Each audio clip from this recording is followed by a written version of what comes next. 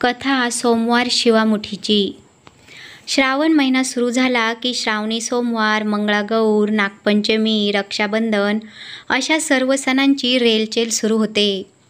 सणांचं महत्त्व, विधींची माहिती तर आपल्याला मिळतेच, परंतु या सणांच्या खास अशा कहाण्या देखील आहेत। श्रावण सोमवारी वाहणाऱ्या शिवमुठीचे अनोखे महत्त्व आहे। याच सोमवारच्या शिवमुठीचे महत्त्व सांगणारी ही कथा। श्रावण सोमवार शिवामुठीची कथा। आटपाट नगर होतं। तिथं एक राजा होता। त्या राजाला 4 सुना होत्या।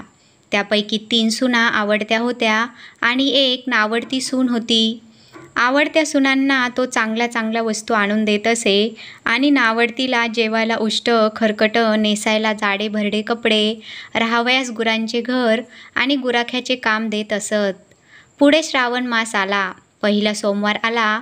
त्या दिवशी त्या नावडतीची नागकन्येशी आणि देवकन्येशी भेट झाली। त्या कुठं जात आहेत अशी विचारणा केल्यावर कळालं की महादेवाच्या देवळात शिवामूठ व्हायला जात आहेत। नावडतीने विचारलं त्याने काय होतं? त्यांनी सांगितलं की भक्ती होते आणि इच्छित कार्य सिद्धीस जातं। मूलबाळ होतं। नावडती माणसं आवडती होतात। वडीलधाऱ्यांचा आशीर्वाद मिळतो।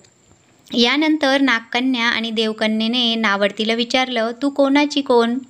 नावडतीने सांगितलं की मी राजाची सून आहे। मी देखील तुमच्यासोबत येते। मग नावडती सून त्यांच्याबरोबर देवळात गेली। नागकन्या आणि देवकन्या वसावसू लागल्या।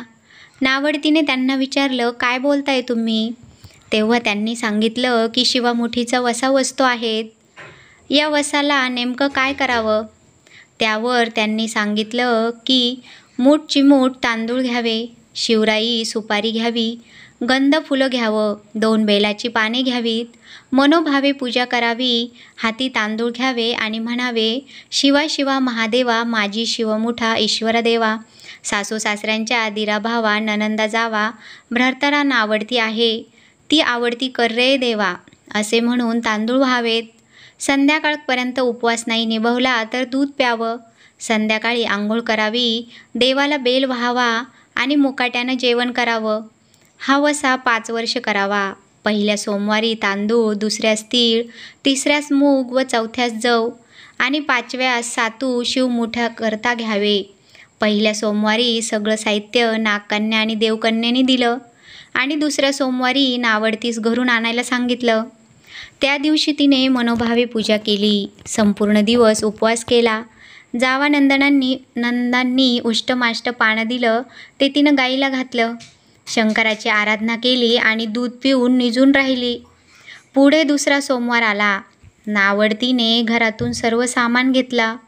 पुढे नागकन्येबरोबर जाऊन मनोभावे पूजा केली आणि म्हणाली, शिवा शिवा महादेवा माझी शिवमुठा ईश्वरा देवा, सासू सासऱ्यांच्या दिराभावा ननंदा जावा, नावडती आहे आवडती कर रे देवा, असे म्हणून तीळ वाहिले। संपूर्ण दिवस उपवास केला। शंकराला बेल वाहिलं, दूध पिऊन निजून राहिली। संध्याकाळी सासऱ्यांना विचारलं, तुझा देव कुठे आहे? नावडतीने सांगितले, माझा देव लांब आहे, वाटा कठीण आहेत, काटे कुठे आहेत, साप वाघ आहेत तेथे माझा देव आहे। पुढं तिसरा सोमवार आला। तिने पूजेचं सामान घेतलं, देवाला जाऊ लागली। घरची माणसं देखील मागे जाऊ लागली। नावडती तुझा देव दाखव म्हणू लागली। नावडतीला रोजचा सराव होता, तिला काही वाटलं नाही, परंतु सर्वांना पुष्कळ काटेकुटे लागले। त्यांना वाटले ही आजपर्यंत रानात कशी येत असेल, कोण जाणे। नावडतीला घरच्या बाकीच्यांची चिंता पडली। तिने देवाला प्रार्थना केली। देवाला तिची करुणा आली। नागकन्या देवकन्यासह वर्तमान देऊळ सुवर्णाचं झालं। रत्नजडिताचे खांब झाले। सगळ्यांनी देवाचं दर्शन घेतलं।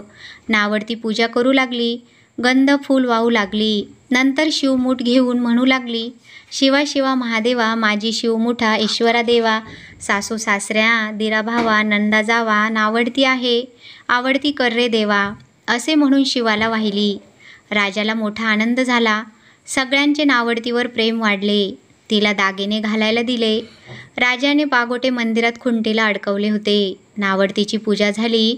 पूजा झाल्यावर सर्व बाहेर आले। राजा परत आला आणि माझं पागोटं देवळात राहिलं, घेऊन येतो म्हणाला। देवळाजवळ आला तर देऊळ अदृश्य झालेलं होतं।